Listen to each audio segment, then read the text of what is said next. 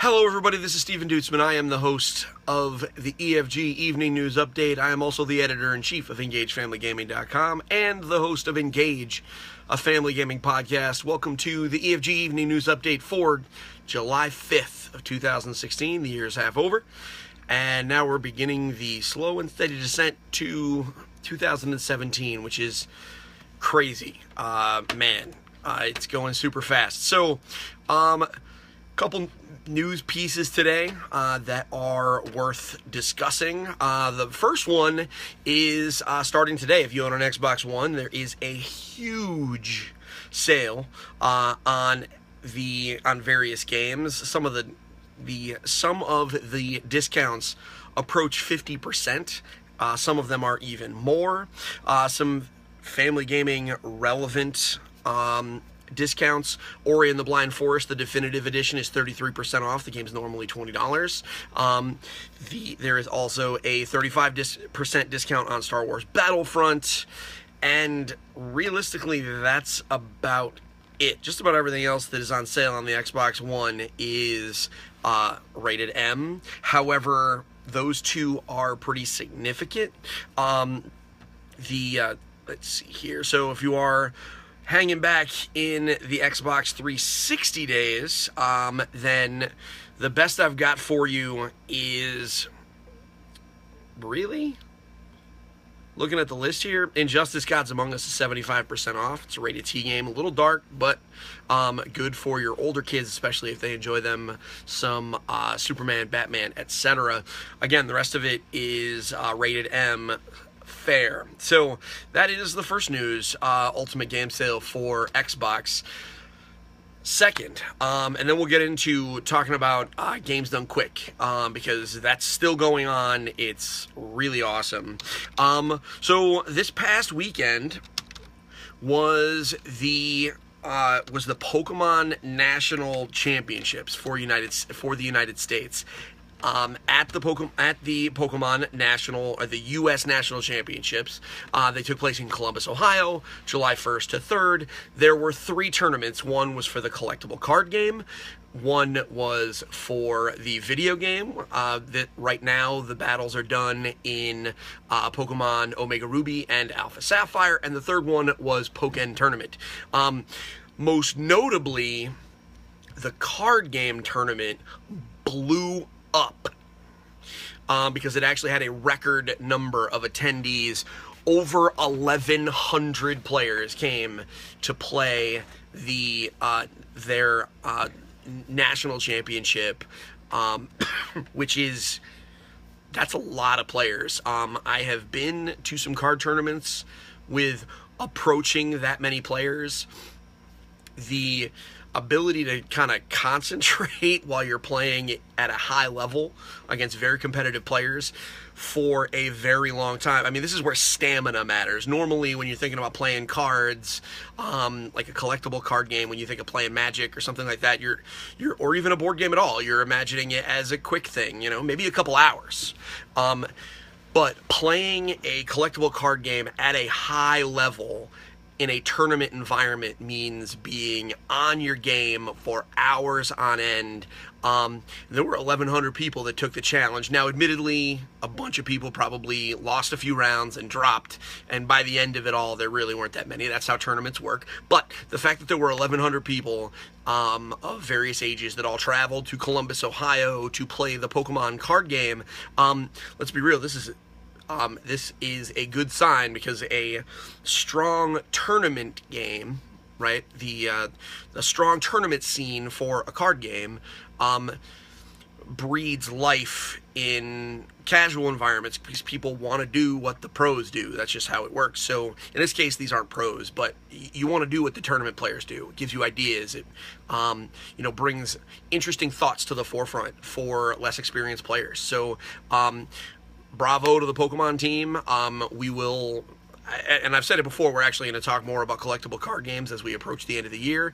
I mainly just need to learn how to play the Pokemon card game, because it's complicated. But maybe it's not, and I'm overthinking it, which is very likely my concern. So that is the world of Pokemon. So here we are, Games Done Quick.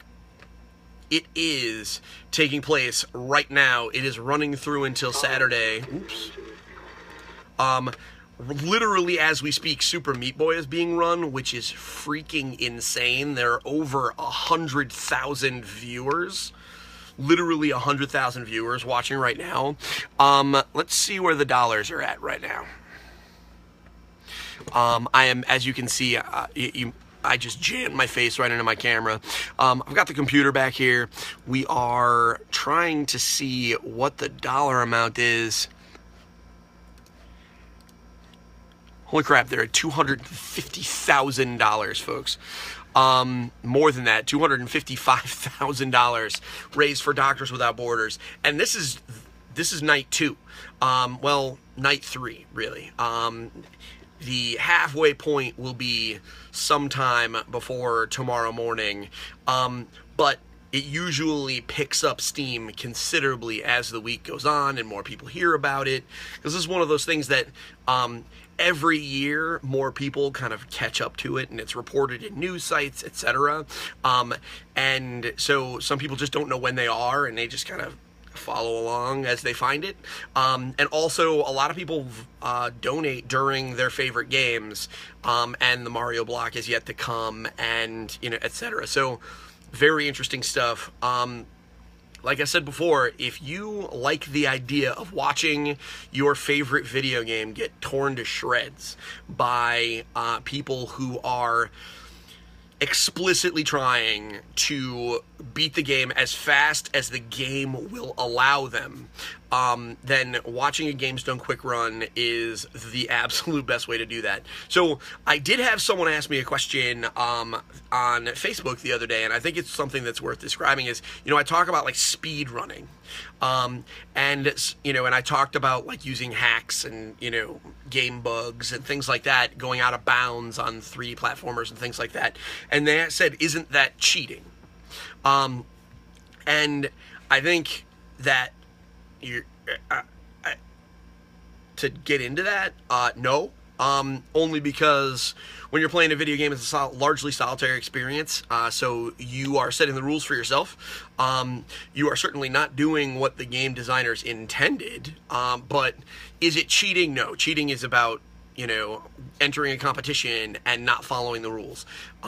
Video games are by definition not by themselves not a competition. They're an achievement. They're something that you as a person does.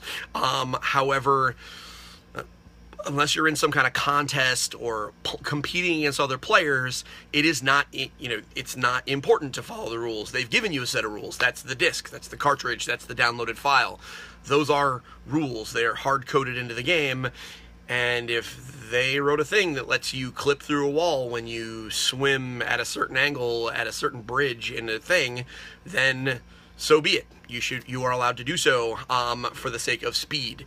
Some of these games are beaten in fractions of the amount of time that they are originally intended to, and they talk about it a lot on their on their streams. They talk about the idea of the intended route versus the derived route, which is what this community that just beat their head against this game found. And a lot of times that route that they found is to jump out of bounds and to kind of accomplish things that you probably shouldn't be able to do, and obviously, honestly, look pretty weird if you watch them. A really good example for that is if you watch a Metroid Prime run. That's a 3D explorative game. What they will do is they will use glitches within the game to actually kind of get outside of the closed tunnels and kind of jump on top of them to get to other places. It's really freaky looking. It's obviously not intended. Are they cheating? No, because within the scope of the game and the kind of agreed upon rules with all the other speedrunners, this is acceptable. So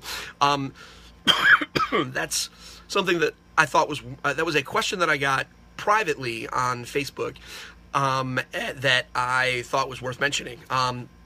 These games are, it's an interesting exercise Is it all one person that does it? No. Most of these are all determined.